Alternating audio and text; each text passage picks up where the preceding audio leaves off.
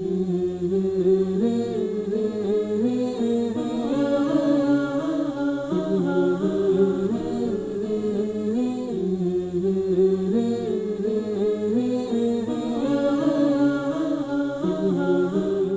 باللہ من الشیطان الرجیم بسم اللہ الرحمن الرحیم رب اشرح لی صدری ویسر لی امری واحلل عقدۃ من لسانی یفقہوا قولی رب زدنی علما۔ السلام علیکم ورحمۃ اللہ وبرکاتہ۔ آج کے نئے episode eternal lessons dealings of the Prophet صلی اللہ علیہ وآلہ وسلم کے ساتھ میں رابعہ کلیم آپ کے سامنے حاضر ہوں۔ اللہ سبحانہ تعالیٰ فرماتے ہیں لَقَدْ كَانَ لَكُمْ فِي رَسُولِ اللَّهِ أُسْوَةٌ حَسَنَةٌ لِمَنْ كَانَ يَرْجُو اللَّهَ وَالْيَوْمَ الْآخِرَ وَذَكَرَ اللَّهَ كَثِيرًا۔ ناظرین، کہا جاتا ہے گناہ سے نفرت کریں، گنہگار سے نہیں۔ اس کا مطلب یہ ہے کہ گناہوں کی وجہ سے کسی بھی گنہگار کی ذات کو انسان حقیر اور معمولی نہ سمجھے۔ ہمیں نہیں پتہ کہ وہ گناہ سے تائب ہو کر اللہ کا نیک اور مقرب بندہ بن جائے، وہ ایسی توبہ کرے کہ اللہ اس سے راضی ہو جائے، اور گنہگار کے ساتھ ملنا، اٹھنا، بیٹھنا، دوستانہ مراسم انسان اس ڈر سے نہ چھوڑے کہ شاید یہ میرے اوپر اثر انداز ہو جائے گا۔ ایسا کرنے سے انسان اس شخص کی اصلاح کا موقع گوا دے گا۔ نبی کریم صلی اللہ علیہ وآلہ وسلم کی زندگی میں ہمیں بے شمار مواقع ایسے ملتے ہیں جہاں آپ نے گنہگاروں کے ساتھ ایسا خوبصورت معاملہ کیا کہ وہ تائب ہو گئے، توبہ استغفار کر کے اللہ کے بندوں میں شامل ہو گئے۔ آئیے آج ہم جانتے ہیں کہ رسول اللہ صلی اللہ علیہ وآلہ وسلم کا اسوہ گنہگاروں کے ساتھ کیسا تھا۔ السلام علیکم ورحمۃ اللہ وبرکاتہ۔ وعلیکم السلام ورحمۃ اللہ وبرکاتہ۔ رسول اللہ صلی اللہ علیہ وسلم کے معاشرے میں صحابہ کرام تھے، بہت ہی عظیم ہستیاں تھے، بہت اللہ تعالیٰ سے ڈرنے والے تھے اور اللہ تعالیٰ کی تعظیم کرنے والے تھے، لیکن بہرحال انسان تھے، اور ان سے بھی کچھ ایسے معاملات ہوئے، ایسی غلطیاں، ایسے گناہ کہ جو اگر نہ ہوتے تو پھر ہمیں یہ بھی نہ پتہ چلتا کہ کس نوعیت کے گناہ گار کے ساتھ نبی صلی اللہ علیہ وسلم نے کس نوعیت کا معاملہ رکھا۔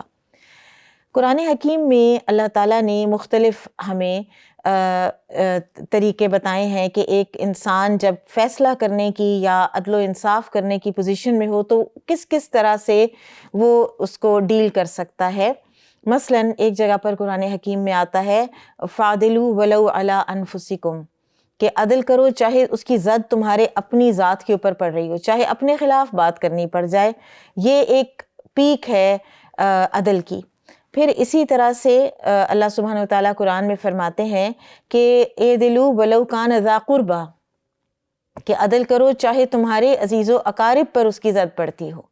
اور اسی طرح ایک اور جو ہمیں دیا گیا ہے اصول، وہ ہے ولا یجرمنکم شنآن قوم علی الا تعدلوا، کہ تمہیں کسی قوم کی جو دشمنی ہے یا اس کے ساتھ کوئی مخالفت ہے، یا ظاہر ہے دشمنی تب ہوتی ہے جب اس نے آپ کے ساتھ کوئی زیادتی کی ہوتی ہے، تو وہ تمہیں اس بات پر نہ اکسائے کہ تم عدل نہ کرو، تم عدل کیا کرو، یہ تقویٰ کے زیادہ قریب تر ہے۔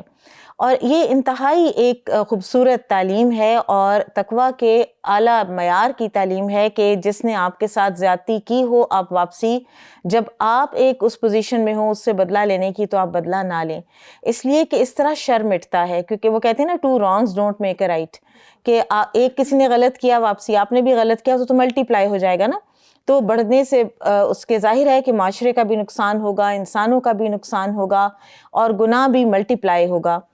تو اسی طرح سے یہ تو عدل کے حوالے سے بات تھی۔ پھر اللہ سبحانہ وتعالیٰ کا ایک اور جو کانسیپٹ اللہ نے ہمیں قرآن حکیم میں دیا ہے وہ ہے احسان کا کانسیپٹ، کہ ان اللہ یأمرکم بالعدل والاحسان، احسان کا بھی اللہ سبحانہ وتعالیٰ ہمیں حکم دیتے ہیں، اور بے شک اللہ تعالیٰ بے شک احسان کرنے والوں کو تو محبت کرتے ہیں، احسان کرنے والوں سے، اور انصاف کرنے والوں سے بھی محبت کرتے ہیں۔ تو یہ ایک ڈسکریشن کہ کہاں ہم نے عدل کرنا ہے، کہاں ہمیں احسان کرنا ہے، تو یہ ہمیں نبی صلی اللہ علیہ وسلم کے اسوہ حسنہ سے پتہ چلتی ہے۔ اب آپ صلی اللہ علیہ وسلم کے زمانہ مبارک میں آپ کے پاس متعدد مرتبہ صحابہ کرام جب آتے مثلاً 2 مرتبہ تو ایسا ہوا ہے کہ کوئی صحابی آئے ہیں، ان سے کوئی بھی جو بھی لغزش ہوئی ہے تو وہ آ کے انہوں نے کہا کہ یا رسول اللہ صلی اللہ علیہ وسلم مجھ پہ حد لگتی ہے، مجھے حد لگائیے. تو آپ صلی اللہ علیہ وسلم نے پہلے اگنور کیا، پھر آپ نے وضو کیا، پھر آپ نے نماز پڑھی، اور پھر آپ نے اس شخص سے کہا کہ کیا تم نے ابھی ہمارے ساتھ نماز نہیں پڑھی؟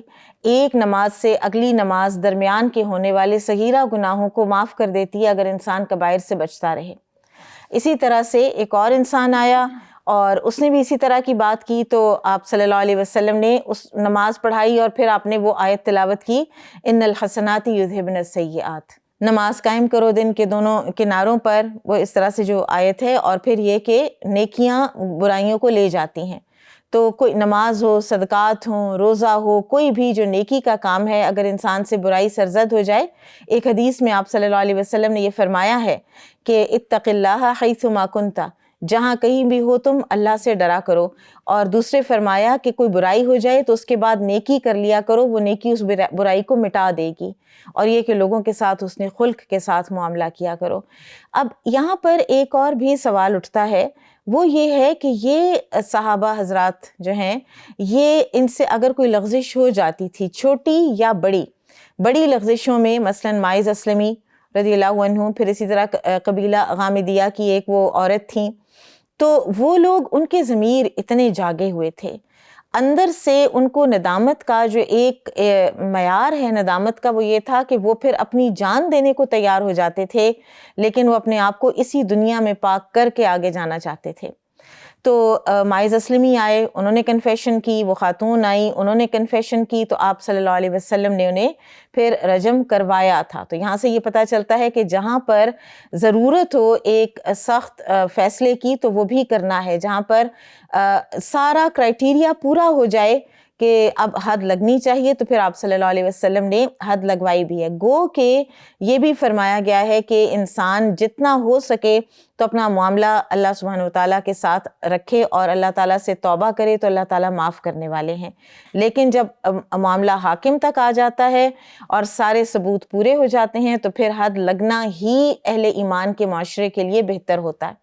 اور ایک اور جو طریقہ کار تھا نبی صلی اللہ علیہ وسلم کا، وہ یہ تھا کہ کسی کی سفارش نہیں لیتے تھے اگر حد لگنے کے کرائٹیریا پورے ہو گئے ہیں. اور اس میں وہ بڑا مشہور واقعہ ہے کہ وہ ایک صحابیہ تھیں، فاطمہ مخزومیہ، اور وہ ایلیٹ میں سے تھیں، قبیلہ بنو مخزوم کی ایک خاتون تھیں، اور انہوں نے چوری کی تھی، اور چوری کی حد اسلام میں ہاتھ کے کٹنے کی ہے. تو لوگوں نے سوچا کہ نبی صلی اللہ علیہ وسلم کی سب سے جو محبوب ہستیوں میں سے ہیں، ان میں سے کسی کو بھیجیں اور آپ صلی اللہ علیہ وسلم سے سفارش کروائیں کہ آپ ان کو معاف کر دیں، یا ہاتھ نہ کٹے، کوئی اور سزا مل جائے. تو اسامہ بن زید رضی اللہ عنہ سے محبوب ہستی کوئی نہ ان کو ملی، اور انہوں نے بھیجا اسامہ رضی اللہ عنہ کو. اور آپ صلی اللہ علیہ وسلم سے جب انہوں نے سفارش کی تو آپ صلی اللہ علیہ وسلم نے فرمایا کہ تم سے پہلے کی امتیں ہلاک ہی اس لیے ہوئی ہیں کہ جب کوئی غریب آدمی کرے کوئی جرم تو اس کو تو پوری قرار واقعی سزا دی جائے، لیکن اگر کوئی بڑا آدمی یعنی امیر آدمی کرے تو اس کا کبھی کوئی لوپ ہول نکال لیا جائے، کبھی کوئی لوپ ہول نکال لیا جائے.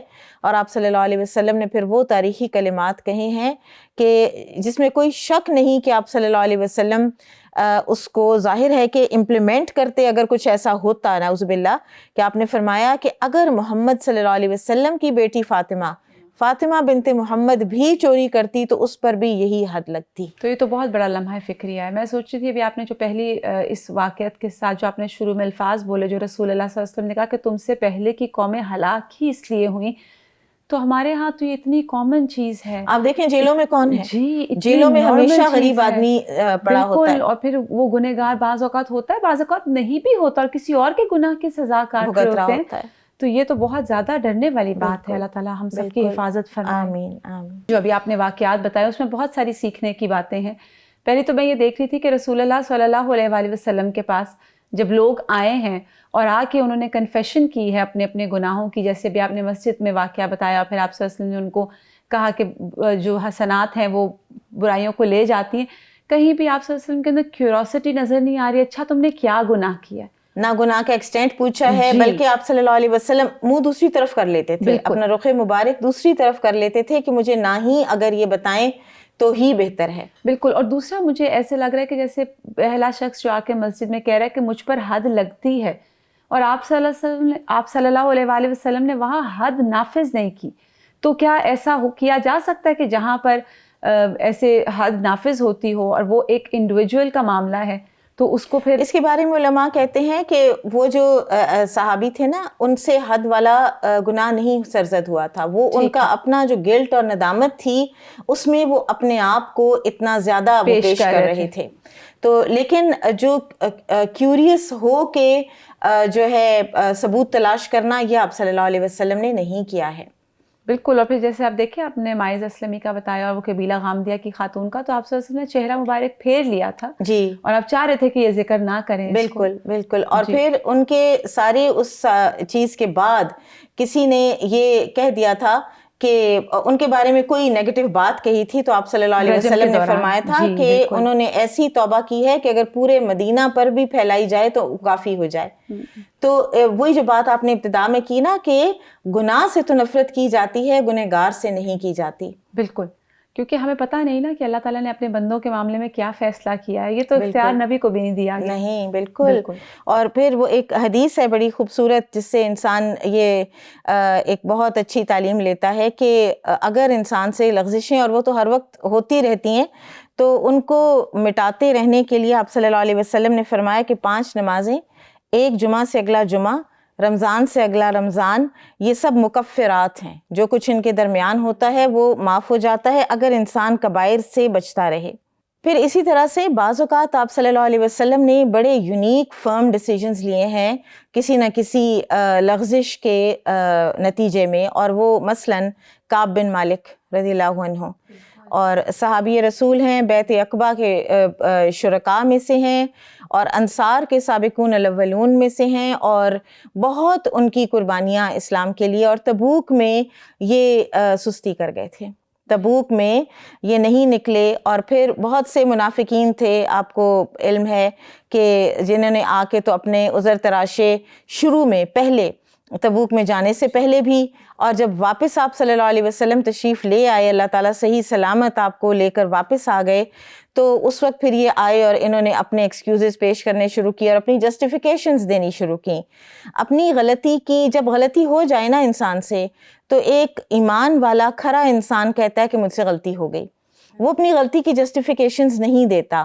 یہ ایمان کی ایک نشانی بھی ہے. یہی فرق ہے منافق، یہی فرق ہے منافقانہ رویے میں اور ایک مومن کے رویے میں. بالکل. تو کعب بن مالک آئے تو وہ کہتے ہیں، اپنے ساری ان کی طویل کہانی صحیح حدیث میں ہمیں ملتی ہے کہ مجھے جھوٹ بولنا آتا تھا، میں باتیں بنانی آتی تھی، میں کر سکتا تھا، لیکن میں نے نہیں کیا. مجھے یہی تھا کہ اللہ تعالیٰ رسول اللہ صلی اللہ علیہ وسلم کو بذریعہ وہی بتا دیں گے تو مجھے کیا فائدہ ہوگا. تو انہوں نے جا کر تو بالکل سچ بولا کہ وجہ کوئی بھی نہیں، اور بس میں نہیں جا سکا.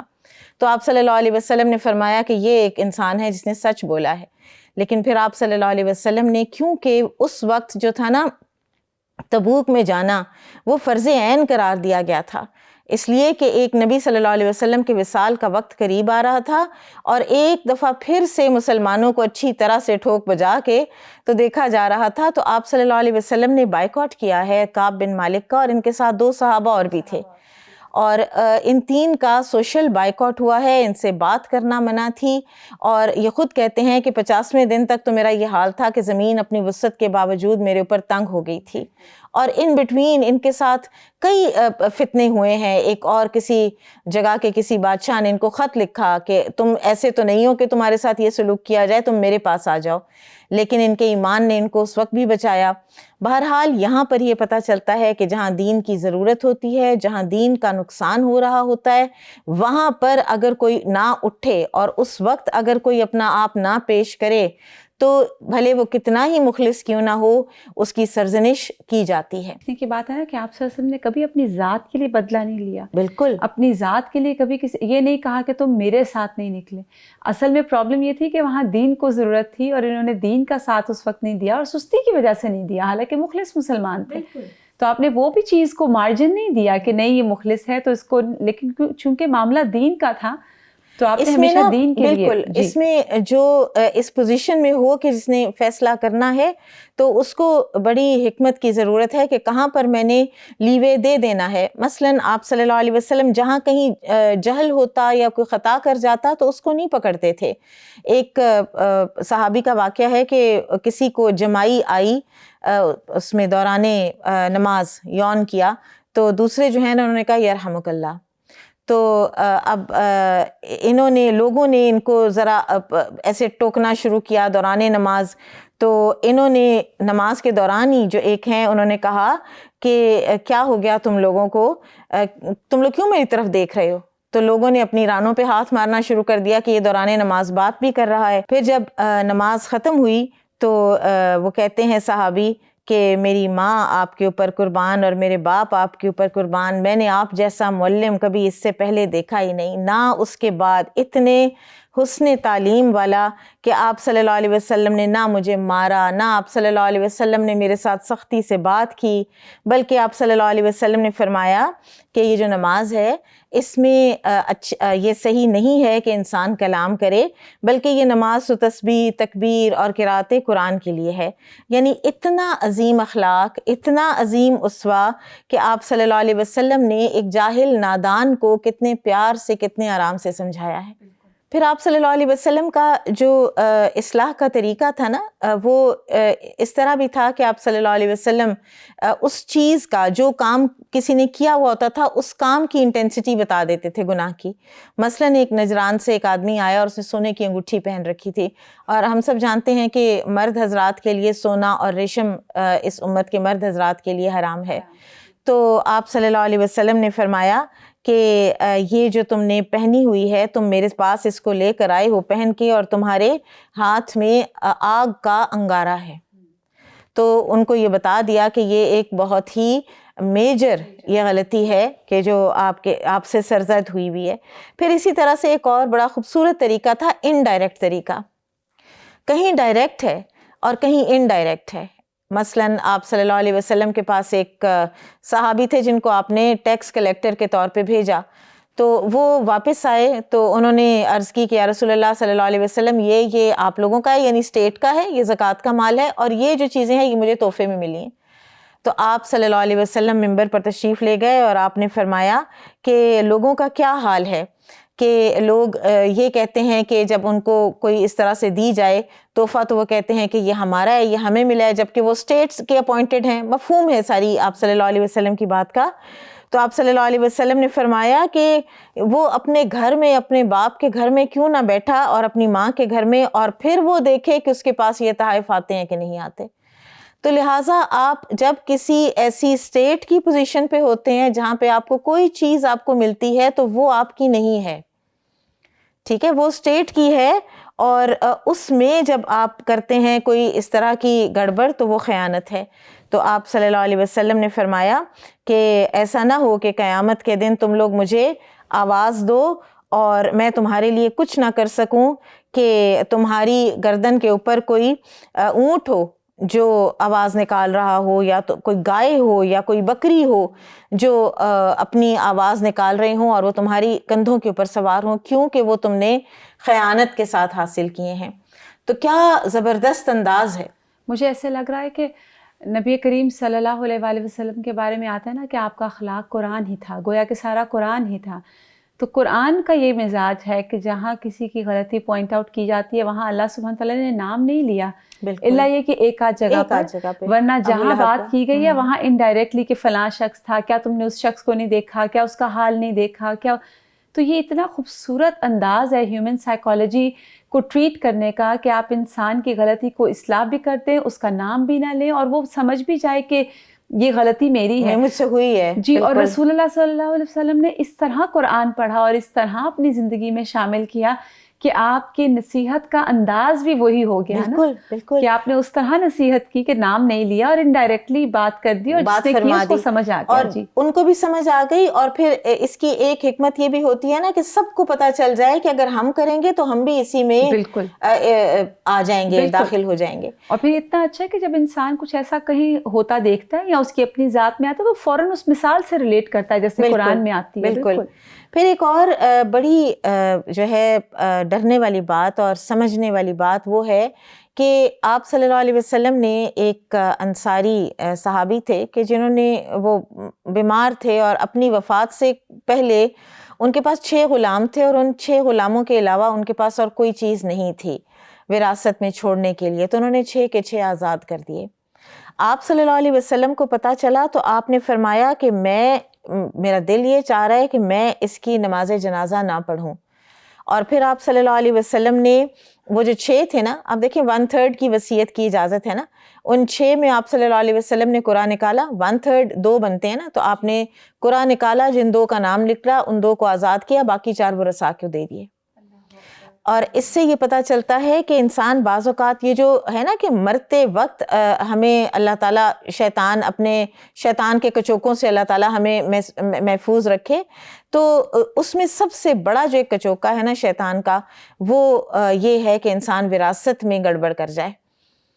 تو یہ بہت ضروری ہے کہ اس کو چھوڑ دیں معاملے کو۔ اللہ تعالیٰ نے جب پورے میتھمیٹیکل طریقے سے قرآن کے اندر حصے دے دیے ہیں، وہ بٹ جائیں گے۔ آپ صلی اللہ علیہ وسلم نے یہ بھی بتایا کہ یہ معاملہ اس حد تک سنگین ہے کہ میرا دل ہے کہ میں نماز جنازہ نہ پڑھاؤں، اور پھر چھوڑا نہیں، اس کی اصلاح کی، اس معاملے کو سیٹل کیا، اور پھر کر کے دکھا دیا کہ اگر کوئی ایسا کرتا ہے تو اس کا اس طرح سے اس کو ٹریٹ کرنا چاہیے۔ بالکل، اس کو وصیت کو چینج کر دیا نا۔ بالکل، جیسے قرآن میں بھی آتا ہے کہ فمن خاف من موص جنفا او اثما فاصلح بینہم فلا اثم علیہ۔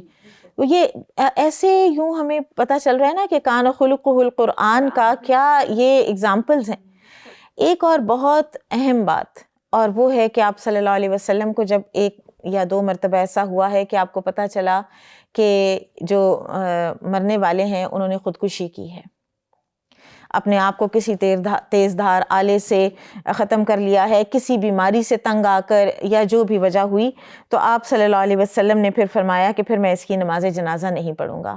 اور اس میں ہمارے علماء کرام مثلاً امام احمد رحمہ اللہ فرماتے ہیں کہ پھر جو امام ہے نا وقت کے، جو سینئر جو لوگ ہیں معاشرے کے، وہ نہ پڑھیں، لیکن یہ نہیں ہے کہ اس کی نماز جنازہ پڑھی ہی نہیں جائے گی، نماز جنازہ پڑھی جائے گی، دعائے مغفرت اس کے لیے کی جائے گی، لیکن عام لوگ آ جائیں، لیکن تاکہ عام لوگ آ جائیں، لیکن تاکہ اس گناہ کی انٹینسٹی جو ہے وہ پتہ چلے۔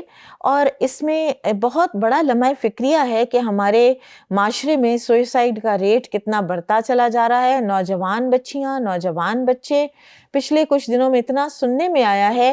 اور اگر ہم اس کو تھوڑا سا رک کر دیکھیں نا کہ یہ ہو کیا رہا ہے اور کیوں ہو رہا ہے، تو اس کا صرف اور صرف ایک ریزن ہے، وہ ہے دین سے دوری اور اس کانسیپٹ سے نا آگاہی، نا آشنائی کہ دنیا سے چلے جانے سے آپ کی جس مسئلے سے فرار آپ اختیار کرنے کے لیے آپ یہ کر رہے ہیں وہ مسئلہ ختم نہیں ہونا، آپ نے اس سے بڑے مسئلے کا شکار ہو جانا ہے۔ بالکل، کیونکہ دین سے دوری تو ساری مسائل کی جڑ ہے۔ بالکل، اور ہم کیونکہ وہ آخرت کی زندگی کا کانسیپٹ نہیں ہے، تو انسان سمجھتا ہے کہ بس یہاں پر اس کو تو ایسے ختم کروں۔